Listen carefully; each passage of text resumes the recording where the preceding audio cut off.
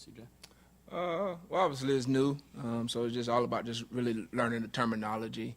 Um, Obviously, we watched some TCU film, kind of just get a background, a foundation of what was being ran, and obviously in the passing game. But I think our guys have done a great job of really retaining all the information and really just going out there and just trying to execute.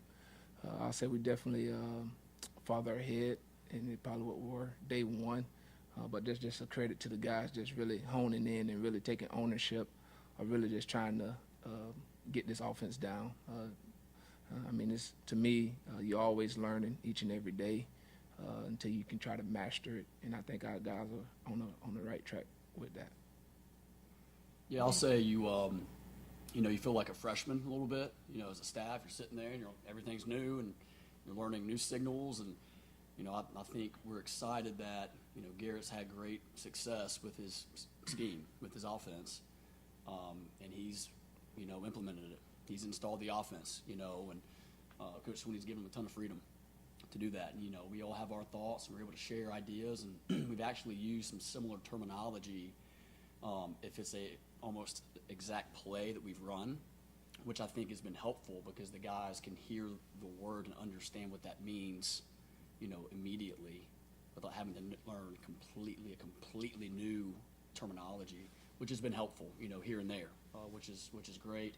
But man, there are new concepts for sure, and new reads, and as y'all know, you've probably already heard a lot of freedom for the quarterbacks and even for the receivers and backs, and I think the guys are excited. I think we're all excited to learn something new and let our playmakers make plays, and our guys are having fun and playing free. So it's been a fun transition, but it's taken a lot of work by the staff and by the guys, and everyone's bought in, and it's gone well so far. What sort of your take on the receivers staying where they are, not switching sides, and is that something you ever considered doing? Maybe before Garrett got here. We did some of that. I mean, our base offense was we switched sides. You had a boundary and a field receiver. When we went tempo, they stayed same side. When we went 2-minute, right, tempo, they stayed same side. You have your one-word calls, of course, when I say tempo, like one-word fastball plays, right? And then you have your 2-minute. That's kind of what I was referring to, where they stayed same side already. So we weren't foreign to that. But I think it just helps you play faster. It makes you simplify a little bit more maybe. But it also makes everyone have to learn the entire concept. And we always taught that way. But now you're going to be on the front side or back side of a concept all the time. So you're forced to have to really learn the entire scheme, and teach it, know it that well, where you can teach it because you're going to run it. And so the guys, I think, man, it's just they're excited about that because they can be a part of the whole concept, front side and back side, and make plays, But I think it helps you play faster. Is probably the main thing I would say. So have you moved any guys to different positions as a result of that? Like different outside spots? Yeah, no, not right now. I think you're kind of, we have some guys out. I would say we have some guys that aren't practicing full right now, and so you're kind of, you're forced to put guys at certain spots. And honestly, a guy that played on the right, maybe at your Z, he's also having to play the X to the left a good bit as well. So we have a few guys that are already having to be swing guys because of lack of numbers, which is going to help everybody. It's going to help them to really have to learn it. But we'll definitely, we have in our mind kind of an idea of who might be the better X, who might be the better Z. But those guys will have to go out and just perform and see who does that best. Coach Spiller, last spring, Shipley and Pace were both out. So, Maffa, it was a great opportunity for him being the guy, but how much of a benefit just having Shipley back in the spring together with Maffa? Oh, well, anytime you can get, great players back, it always is a great benefit to have. And to have pretty much that whole room healthy, it brings great competition. It's pretty much just like we talk about each and every year is you start over. you know, and that's kind of the mindset that, you know, I had as a player, and that's kind of the thing that I try to create with my guys is that no matter if you've been here 4 years, each year is a new year, and you have to start over on a brand new sheet of paper and write down new goals and how you can get better as a player. And both of those guys, Shipley and Maffa, have done that. But, you know, anytime you can get great players back, it definitely is a great benefit for your offense. I guess, Tyler, how much of a hindrance has it been just not having, I think it's 7 scholarship guys that aren't here right now here in the fall? I mean, how much has that held you back at all? What do you say it's held? I would say it hasn't held us back at all as far as what we're installing. You know, we're installing the entire offense, and what's great is, you know, like Bo is not practicing you know, full when it comes to tackle and getting collisions and stuff like that, but he's out there and he's doing everything else that's team separate, which is great. So he's getting reps already, and it looks fantastic. It's hard to watch him and not, you know, put him on the scrimmage field, unfortunately. But and Adam, I just saw him catching passes after practice, and so he's coming along, which is great. Then you have your guys that will be here this summer who I know they're hating not being here right now. I mean, they really are. Everybody wants to be here and compete and learn the offense and be with the guys, you know. But they'll be here soon enough, you know, and they'll help us. But as far as installing, it hasn't hindered us whatsoever. Is Troy back yet or doing anything? He is. He's, you know, still recovering. You know, not quite as far along as we had hoped. But you know, it's one of those things that there's no need to get him re-injured. You know, let's get him fully healthy. And so he's learning. And you know, he actually ran a very similar offense in high school. And it's funny because some of the terminology was a little similar. You know, at times. And so it was encouraging for him. You know, because you're sitting there and everyone's like, all right. You know, I've got Noble who's here, and he's a freshman. Well, guess what? Bo Collins is sitting right next to him like, all right, what are we doing? You know, like we're all learning it together. But I think it was encouraging for Troy and even Adam. Adam did a similar offense at Myrtle Beach. So, you know, I think whenever he'll get back, he shouldn't skip a beat. Tyler, obviously you don't want the guys out, but is it beneficial for guys like Cole Turner? Mm-hmm. And then in regards to Cole, we saw him flash at the end of last year. Mm-hmm. Where do you see him, and how good can he be? Because Yeah. I hear things and people say, yeah, we think he has a chance to be Right. pretty good. He can Yeah, be special. Yeah, that's right. He can be. Appreciate that. CJ, I mean, you know, if you've heard Coach Sweeney, I guess he's probably already referred, you know, to Cole. I mean, he loves some Cole Turner, and you know, but for good reason. I mean, he's a heck of a player, and he's gotten those first team reps. He'd probably be rotating in with, you know, Bo and Adam and those guys, but you know, he's getting first team reps, every one of them almost. And he's done really well. I mean, he looks like a stronger player. Still room to grow. That's an area that I've really challenged him in, you know. But he's playing stronger. He's playing faster, more confident, and having fun. And he made, might have already heard, but in the last scrimmage, you know, a great play over Nate, who's a best corner, fantastic corner. But you know, a nice over the shoulder touchdown play. You know, and got a foot in, and you know, and he had a play today that he didn't finish, a little 5-step glance route, kind of had a corner draped on his back, and then but came back almost maybe 2 racks later and had the same route and same scenario, defender draped on his back, and made the play for a first down, you know. And so he's pushing through, makes a mistake, doesn't let it get him down, you know, learns from it, moves on. And I think what I really appreciate about him is that it's not too big for him. Like, he doesn't even really understand, like, the seriousness, the importance of that play, of, you know, hey, you're at Clemson, like, you know, no, he just goes out and plays ball. And I love that. That's kind of like Renfro. I mean, Renfro was very similar. I mean, you know, hey, this is a national championship. He came up to me before the game and said, hey, Coach, I'm nervous. I'm like, oh, he should be. This is a national championship. But that was foreign to him, you know. But it's just that I can appreciate guys like that, man, that can, you know, just smooth, collected, and that's who he is. So. But body-wise, not similar to Hunter. Who does he kind of remind you of? You need to ask Taj Boyd. I'm not going to say it. I'm not going to say it. I'm going to ask. What? Tosh says nuke. You've already heard that, huh? I wasn't going to say that here. No, it's, you know, yeah. He's got. It's hard to say. He reminds you of Ed McCaffrey, Denver Broncos. Yeah. Faster. I like that. That's who he is. Just he put his head down. He can be very special, but I can see Ed McCaffrey when you think about it. Just very similar body types. That's a good point. CJ, do Will and Phil have can they be the best 1-2 punch backfield in college football? I mean, that's up for y'all guys Set you up, Mary to decide. You know, I mean, them guys are self-motivated. I mean, they self-driven. You know, they don't get. Obviously, you know, in today's world, they see all the stuff that's out there, but you know, we don't sit there and, you know, discuss. Hey, let's be, you know, the best. You know, obviously, you want to be the best, but you know, that's up for the media to decide that. The only thing we can do is, for those guys to do, is just go out and perform and take it one game at a time, honestly, and don't get distracted by the external stuff that's written or that's said out there. And I think if they do that, then they'll have a really good chance to have a great season as a 1-2 punch.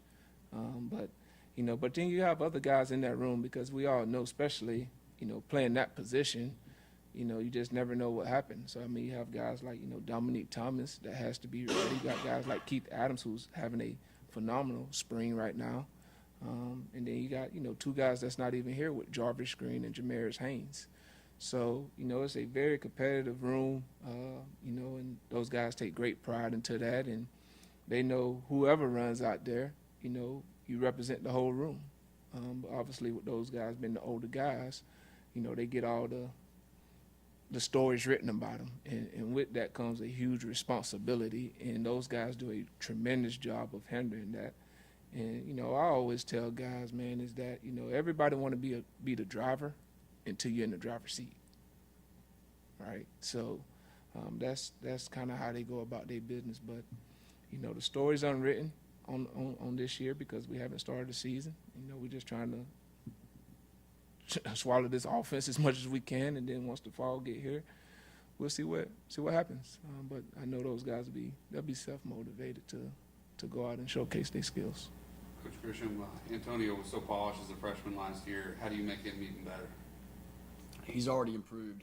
I think we've challenged him a good bit to kind of, you know, just mature in every sense of the word. And he's responded well. You know, I mean, you've heard it before. You know, they don't have sophomore All-Americans, right? And he knows that. You know, and very similar, like I talked about Cole. Man, he's steady Eddie, man. He doesn't ride the emotional roller coaster, and you know, man, he's just one of those kind of rock solid guys.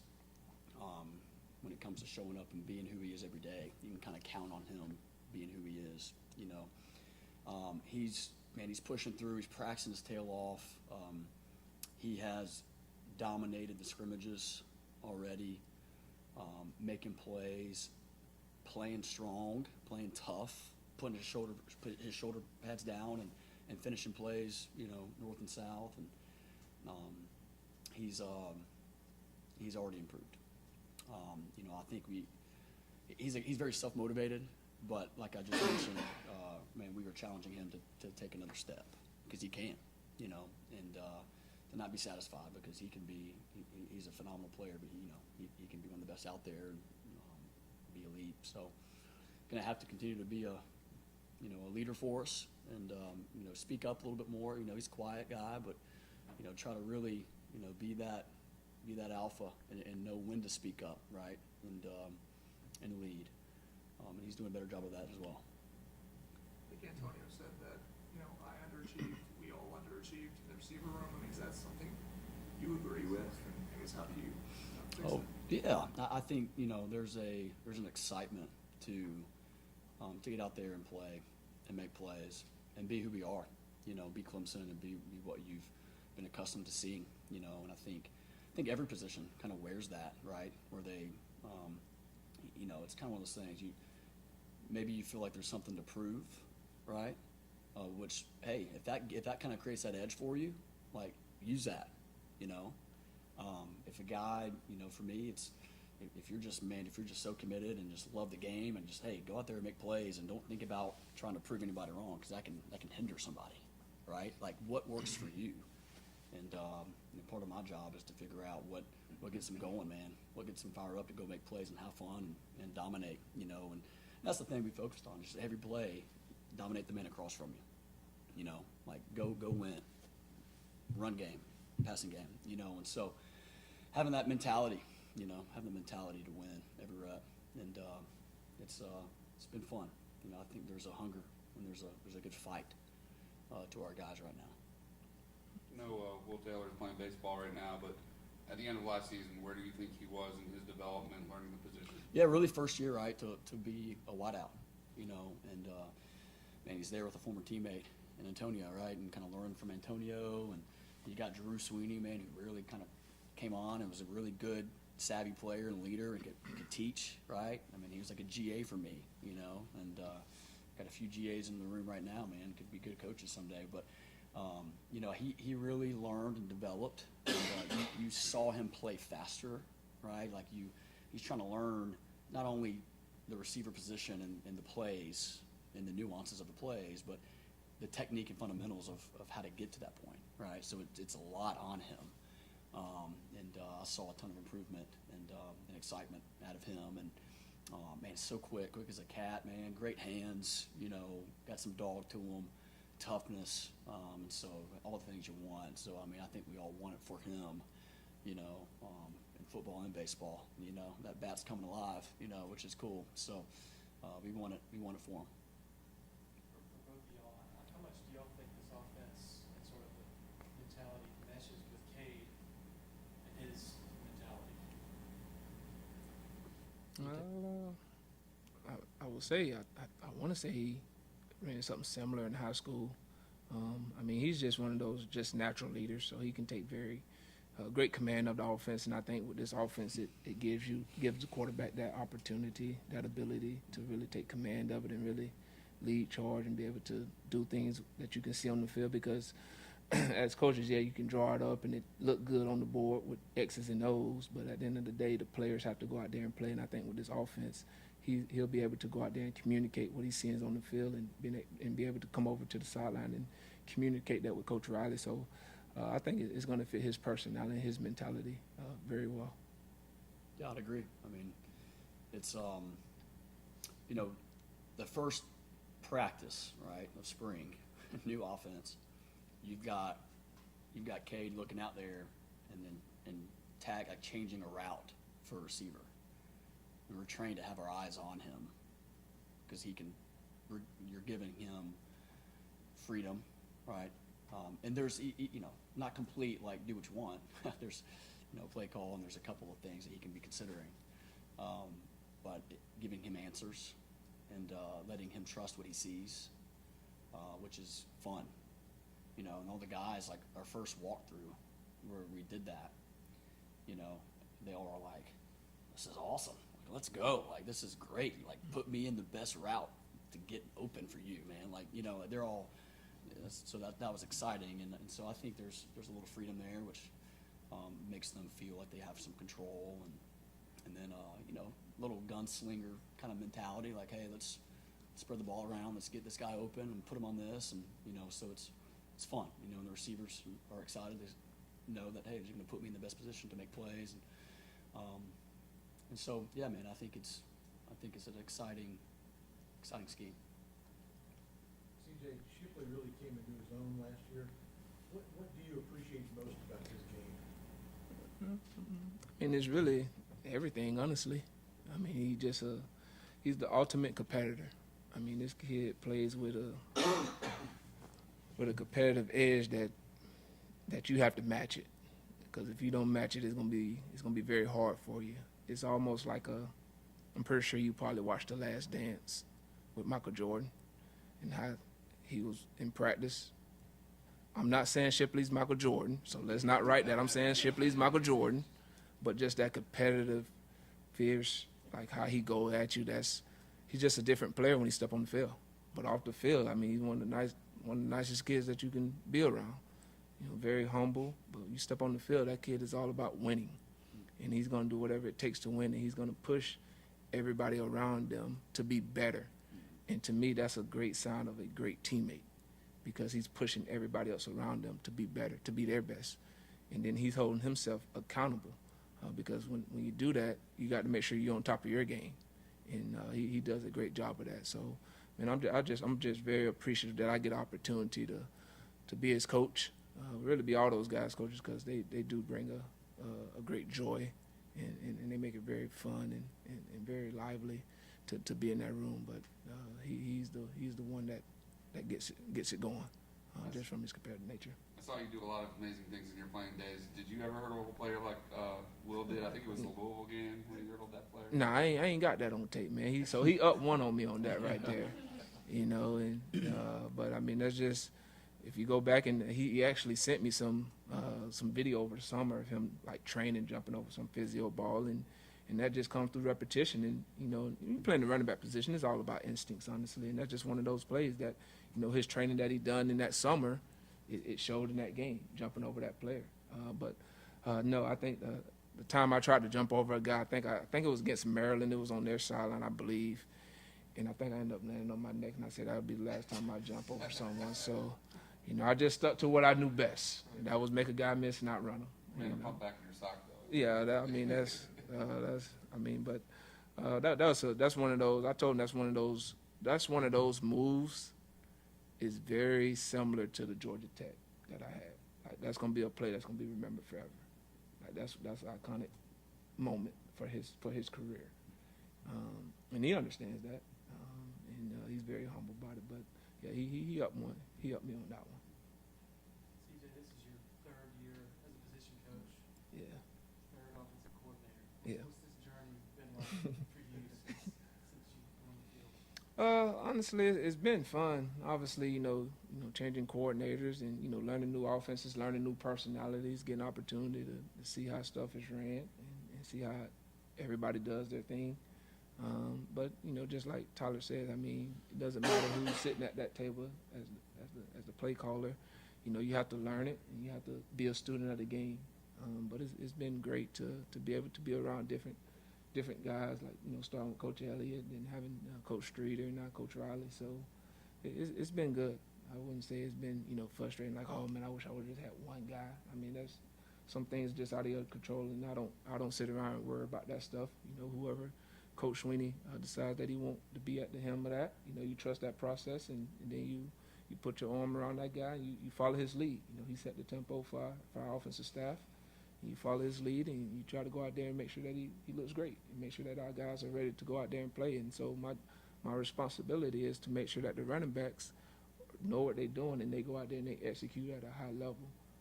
But it's been great learning, you know, from each and every one of those guys that I've had so far. I guess what is the vibe like on the staff? I think What's the vibe like? because you got 42-year-old Kyle Richardson, I think is the oldest person on staff, and everybody else is pretty much the same. Oh man, you should come to one of our meetings, man. We be vibing in there. We loose, and there's a lot of energy. But at the same time, we know when it's time to work, it's time to work, right? But you know, it's a lot of energy on our staff. We all get along with each other. You know, we hang out. We know how to cut up. You don't always want to be serious all the time. You know, so we do it. I think we got a great mixture of that amongst our offensive staff. And like you say, Kyle, he's the old man in there. You know, he's grandpa. You know, so we like the grandkids in there to Kyle. I think that obviously it's labeled an air raid scheme, but I think that Garrett said that they call it dirt raids. Dirt raid, How Yeah. much as a running back coach do you appreciate that? Are you confident there's enough carries for offense? Well, the good thing about, and I think Coach Grisham, he can attest to this. The good thing about, you know, being in this offense is that, you know, Coach Riley, he's gonna get the playmakers the ball, and I think, you know, at the end of the day, that's what it's about.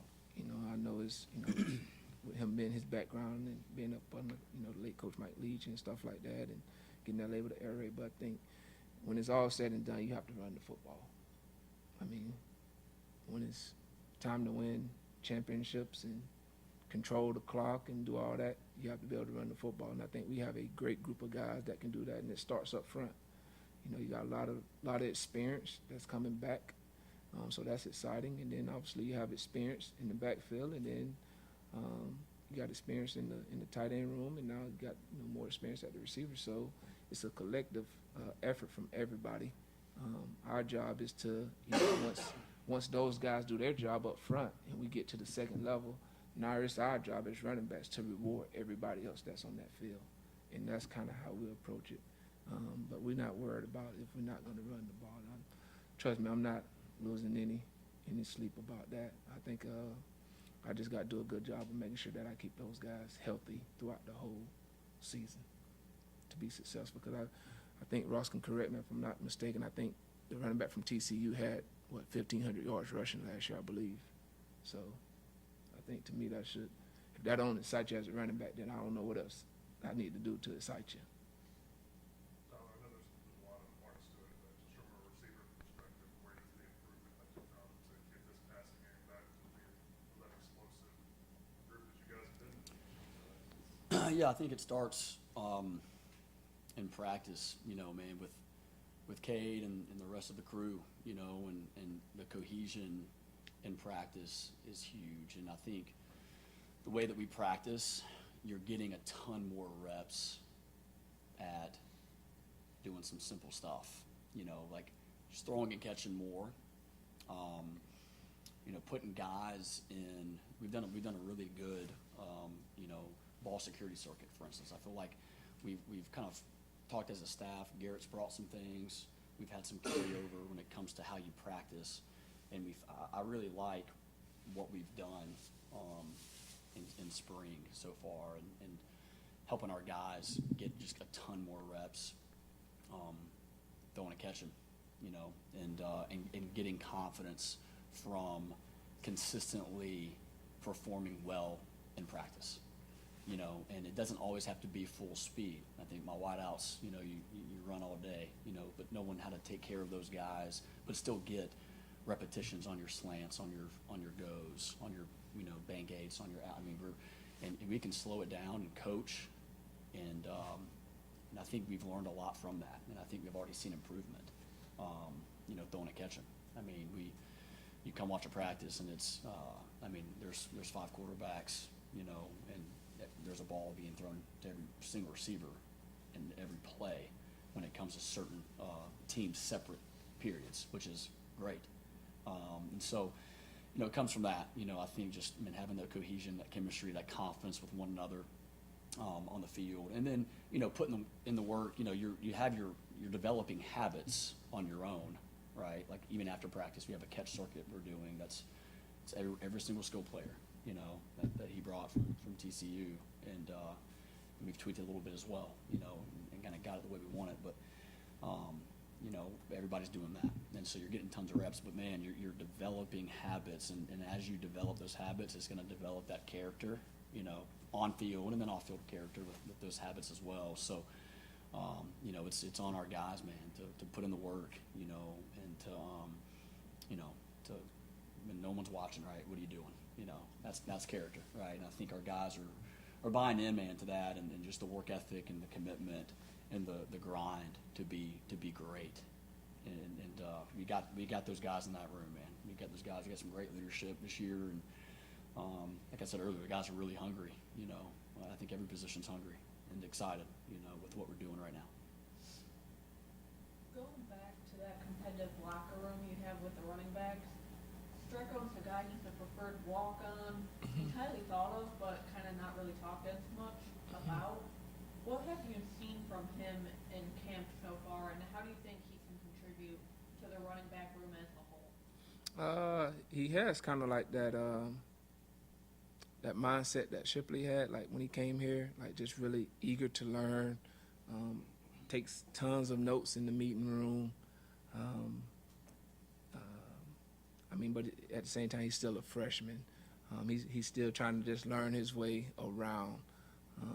But that's kind of similar what I see, like from that standpoint, is like he kind of got like that will in him a little bit, just really eager to learn the offense and try to master it as quickly as possible as he can, so he can go out and play fast. And that's kind of where he at right now in this stage, going through spring, is just really just trying to learn the terminology and really soak it all up, and so he can go out there and play free. And then when he's able to do that, his skill set is able to showcase. But he's gonna he's going to be a really good running back here for us for a long time. He right now he's just a freshman trying to just find his way, figure his way around, and figure it out. But that's what you have two older guys in there for to help bring those guys along. So he's going to be good. I'm glad that we was able to get him because he brings a nice little different little pace for us in the room. Do you think Dominique and Keith are pretty close in the pecking order, or is one separated from the other a little bit? Honestly, I really don't even do a depth chart. Honestly, I'd be foolish to sit here and say, hey, one is over the other. I mean, both of them guys doing a tremendous job right now, especially with a new system that we in. They both bring something totally different to our offense. So I don't want to sit here and say, hey, one is over the other. I mean, they just every day is a resume update day, I guess you would call it. And both of them guys doing a good job of that. And that's what you want in that room, in any room, honestly, is just competition. But it'd be hard for me to sit here and say, hey, those guys or one is above the other. They both doing a tremendous job of taking advantage of the reps that they're giving. I think Tyler, you're talking about Bo Collins. You wish you could get out there some of those team reps. I mean, what have you seen just in individuals in terms of how he's progressing as a player? Yeah, he's doing well. He looks strong. I mean, he's been working on. It's funny, like he's trying to he needs to add fat. Okay. Yeah, like he's walking around. And he was at my meeting and he had like a bag of like candy. I'm like, "What you doing, dude? That's not it's not like you." And I mean, he's just he's so trim that we're trying to add a little fat to him to help him out. And I don't even know why. I asked the nutritionist. Like, I guess it'll help him somehow. Okay. He looks great. He worked on his body and with that shoulder, trying to, work around it, get it stronger, of course, but work around it. But he looks great. He's moving well. He's making plays. He's able to kind of looks like he'd probably say not full range of motion maybe right now, but it sure looks like it. I mean, he's making great plays out there. Great catch radius, and man, I'm just excited for him. This is a big year for him, really big year. And staying healthy is huge. But man, he knows what he's trying to achieve, and we need him to step up, and be the player that he wants to be, and we know he can be. And he's gonna fight, man. He's gonna work for it. He's a worker, grinder, perfectionist. I mean, he wants to be elite. So, but he's done well. Tyler, do you feel good enough about the personnel, particularly the outside spots, where you feel like you don't need to possibly explore the portal addition later, or is that a possibility at some point later in the spring? No, I love who we got, man. We're gonna have 21, unless something happens, but 21 wideouts on our roster as it stands today, and it's a lot, right? And so, our guys know we've got guys coming in this summer that would like to play, that we're going to compete. You see Antonio. I mean, Adam Randall was competing to start in the spring before he got hurt. I mean, we're bringing in guys that want to play and that can, and so it's going to be competitive. But man, it's I'll say this: we've got a great room with a ton of respect for each other, and a ton of support.